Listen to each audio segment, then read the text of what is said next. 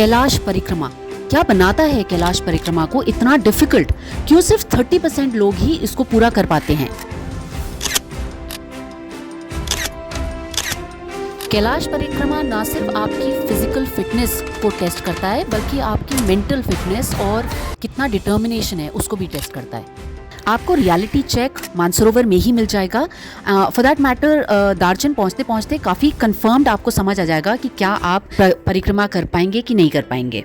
देखिए, ground reality ये है कि एक बार जब परिक्रमा शुरू हो जाती है तो आपको घोड़ा या पोर्टर मिलना बहुत ज़्यादा डिफिकल्ट हो जाता है। घोड़ा और पोर्टर का डिसीजन मानसरोवर में ही ले लिया जाता है और वहीं पे एडवांस पेमेंट भी कर ली जाती है, तो ये आप ध्यान रखिएगा। चरण स्पर्श लास्ट ईयर भी बैन था एंड इन ऑल प्रोबेबिलिटी इस ईयर भी परमिटेड नहीं होगा, ना ही इनर कोरा। बट अगर गवर्नमेंट कुछ और डिसाइड करती है तो वो अलग बात है। आपसे डे 1 की परिक्रमा आसानी से हो जाएगी, वो बिल्कुल भी डिफिकल्ट नहीं है। असली चैलेंज है डे 2 की परिक्रमा।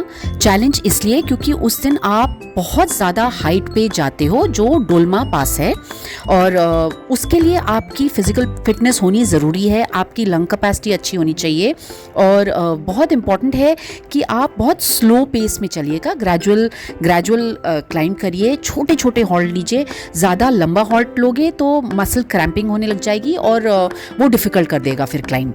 Extremely important thing to carry is oxygen can and कपूर की छोटी छोटी टैबलेट्स मिलती हैं, वो रखिएगा आप और उसको ब्रीथ करते रहिए। उस like when you are breathing in तो उसको अपने हैंकी में या अपने नेक बफ में रखिए और उसको इनहेल करते रहिए। उसको करा and that was really helpful. डोलमाला का ऑल्टीट्यूड एवरेस्ट बेस कैंप के ऑल्टीट्यूड से ज़्यादा है।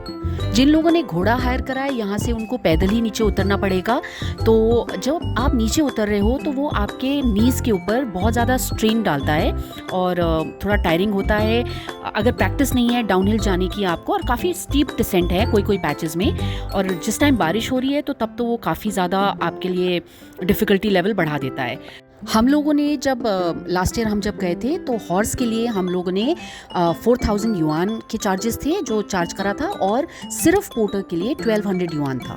In case of medical emergency आपको हेल्प आराम से मिल सकता है डे 1 एंड डे 3। डे 2 में यस, जब आप डोलमाला चढ़ रहे हो और उतर रहे हो तो आप टेरेन देख लो तो थोड़ा मुश्किल हो जाएगा रेस्क्यू, वो फैक्टर इन करके चलना पड़ेगा। देखिए, AMS को लाइटली नहीं लेना है। AMS का मतलब होता है ऑल्टीट्यूड सिकनेस। ये बहुत ज़्यादा हाई ऑल्टीट्यूड पे है, तो यहाँ पे जनरली इंसान को पेट, सर दर्द, उल्टी, नौजिया ये सब फील होता है। मेरे बॉडी में तो थोड़ा स्वेलिंग भी आ गया था, तो इस चीज़ को लाइटली नहीं लेना होता है बिल्कुल भी।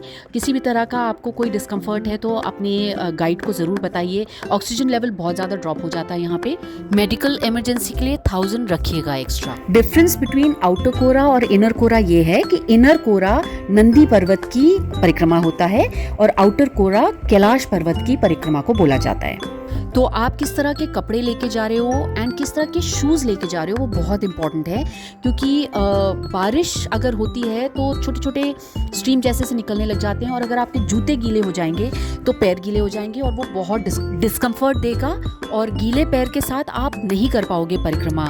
तो आपको एक्स्ट्रा पेयर ऑफ सॉक्स रखने हैं और जूते प्रेफरेबली अगर हो सके तो वाटरप्रूफ लीजिएगा। रेनकोट हो गया, पोंचो हो गया, वार्म ग्लव्स। लोग इस चीज़ को इग्नोर कर जाते हैं पर ग्लव्स बहुत ज़रूरी हैं। मैं पर्सनल एक्सपीरियंस से बोल रही हूँ, मैंने एक हाथ का ग्लव गिरा दिया था तो मुझे रियलाइज़ हुआ कितनी ठंड होती है वहाँ पे।